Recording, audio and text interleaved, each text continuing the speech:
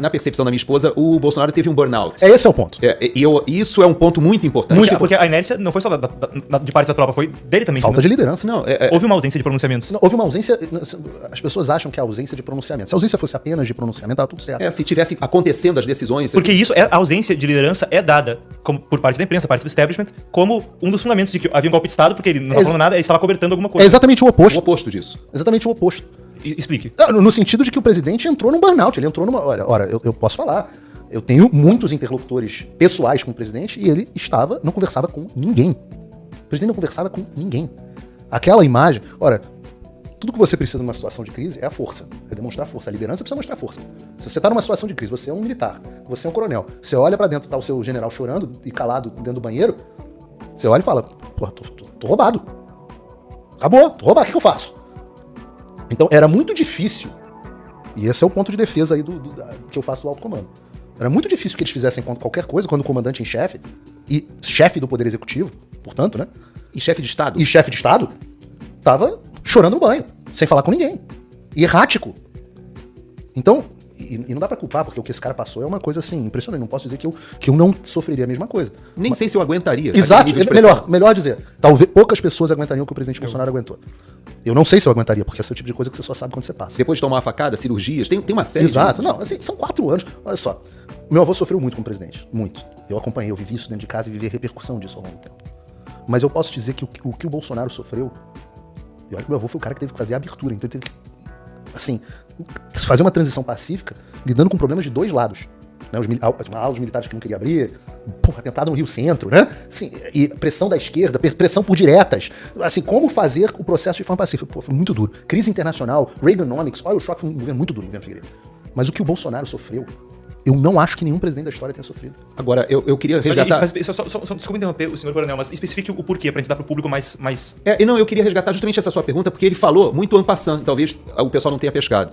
Porque muita gente não acompanhou esses fenômenos de perto e Exato. não entendeu hoje o assunto, né? Mas o Paulo, ele deu o ponto focal quando ele fala da questão política. Então, o que acontece? Quando ele diz assim, aí eu dou um desconto, eu entendo a posição do alto comando, é porque essa tensão que houve do que fazer, havia uma percepção de que qualquer solução constitucional passaria ou pela impugnação em 15 dias após a diplomação, seria um caminho. O PL tentou fazer uma primeira tentativa ali de questionar o processo eleitoral, acabou tomando uma multa emblemática, né, de 22,9 milhões e tal, etc. O próprio Valdemar tenta construir ali algum tipo de questionamento, mas o fato é que demandaria do chefe de Estado a apresentação de um pedido de impugnação com as provas e o ambiente político dizia que a persistir as 4 linhas da Constituição, igual ele falava, e não havia ambiente nenhum nas Forças Armadas para que não fosse cumprido o texto constitucional, no dia 1º de janeiro assumiria o presidente da Câmara dos Deputados como presidente da República interino, que teria esse sim que ou convocar novas eleições ou aprofundar as investigações em cima das denúncias que seriam apresentadas de impugnação. Eu não via nenhum cenário, cheguei a falar isso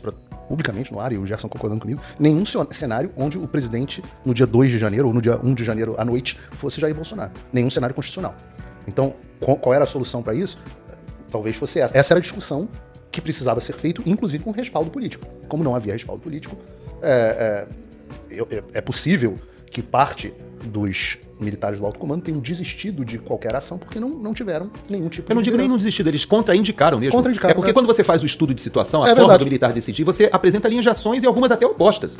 E havia aqueles que entendiam que deveria ser tomada uma atitude pelo chefe de Estado respaldada pelos militares e que essa atitude deveria ser constitucional. Ou seja, a impugnação, o processo, mas como o Paulo falou, nenhuma dessas linhas de ação levavam a um golpe de Estado ou à permanência do presidente Bolsonaro após o dia 1º de janeiro.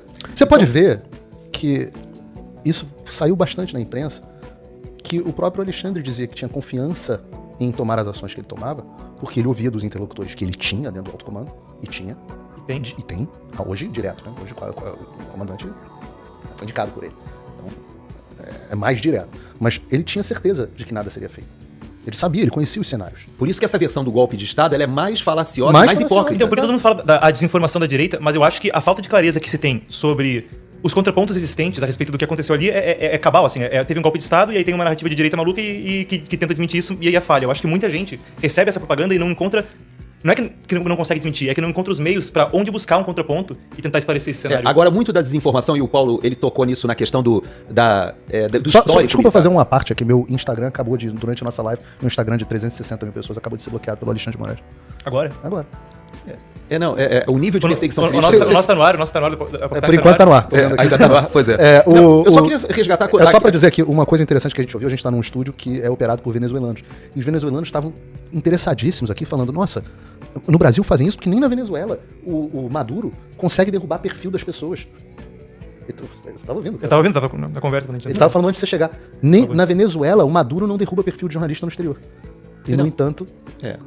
Desculpa, só... Eu só queria resgatar, porque quando o Paulo falou sobre a questão do histórico, ou da expectativa da população do SOS, Forças Armadas, muita gente fazia a associação com 64, ou com o que preconizou ali o movimento de 64. E isso, quando o Paulo fala do contexto político, é a grande diferença, que as pessoas não lembram. Elas têm um saudosismo, elas lembram que aquele período houve um grande desenvolvimento, havia mais segurança pública, mas a gênese do processo, ela é muito pouco compreendida. Então, por exemplo, quando o João Goulart, ele sofre aquele momento de oposição, essa oposição vinha do Congresso Nacional. Então, é importante a gente lembrar que quando ele faz aquele discurso da Central do Brasil, ele diz que vai fazer as reformas na marra, atropelando o Congresso Nacional. É importante lembrar que... É muito diferente. 64 de 2022 é muito diferente, mas as pessoas queriam alguma solução, e essa solução viria, né, dos militares apoiando uma ação do chefe de Estado, essa que era talvez a solução, ou que pelo menos ele resgatasse a credibilidade no processo eleitoral. Então, havia toda uma expectativa, uma insatisfação, só que não havia as condições políticas. Porque em 64 você tinha toda a imprensa praticamente contra o João Goulart, você tinha a igreja contra, você tinha as Forças Armadas, tinha governadores. A elite financeira. A elite financeira, os governadores do Rio, São Paulo, Minas Gerais. Então, havia um contexto completamente diferente. O Bolsonaro era o contrário. Ele olhava para todos os lados e dizia, eu não tenho ninguém. É verdade. Então, ele até, dentro das Forças Armadas, talvez tivesse mais apoio do que existia em 64. Essa é uma discussão. As Forças Armadas estavam mais propensas a agir do que estiveram em 64, onde as coisas... Até a comunicação era muito difícil. Hoje você forma consenso por grupo de WhatsApp. Em 1964 você tem que mandar um telefonema para não sei o quê. É uma dificuldade danada. Então, nesse ponto, o Bolsonaro... Agora, no restante, de quem que o Bolsonaro tinha apoio? Tinha um bom apoio popular, tinha um apoio dentro das Forças Armadas, um apoio das polícias, um apoio dentro da Igreja Evangélica, muito forte, que não se reflete na Igreja Católica, a gente tá vendo isso. Né? Mas ela também tem um outro capítulo de subversão por dentro. Eu não quero entrar na Igreja Católica hoje, mas... Não vou entrar. Porque a Igreja Católica é um tema que vai dar pano pra manga no futuro. Mas, posto tudo isso, o Bolsonaro não tinha, como o Gerson tá falando, o apoio político para poder fazer qualquer coisa. Ou pelo menos não achava que tinha. E certamente os militares não tinham apoio político, porque a maior força política do Brasil, que era o presidente Bolsonaro, estava em estado catatônico, vamos chamar assim. Então, mas o fato é que, voltando para fechar aqui o nosso full circle, tava procurando uma expressão em português, né? Nosso círculo completo, houve a percepção da população de que os militares falharam na sua missão constitucional, em todas as suas missões constitucionais. por isso que o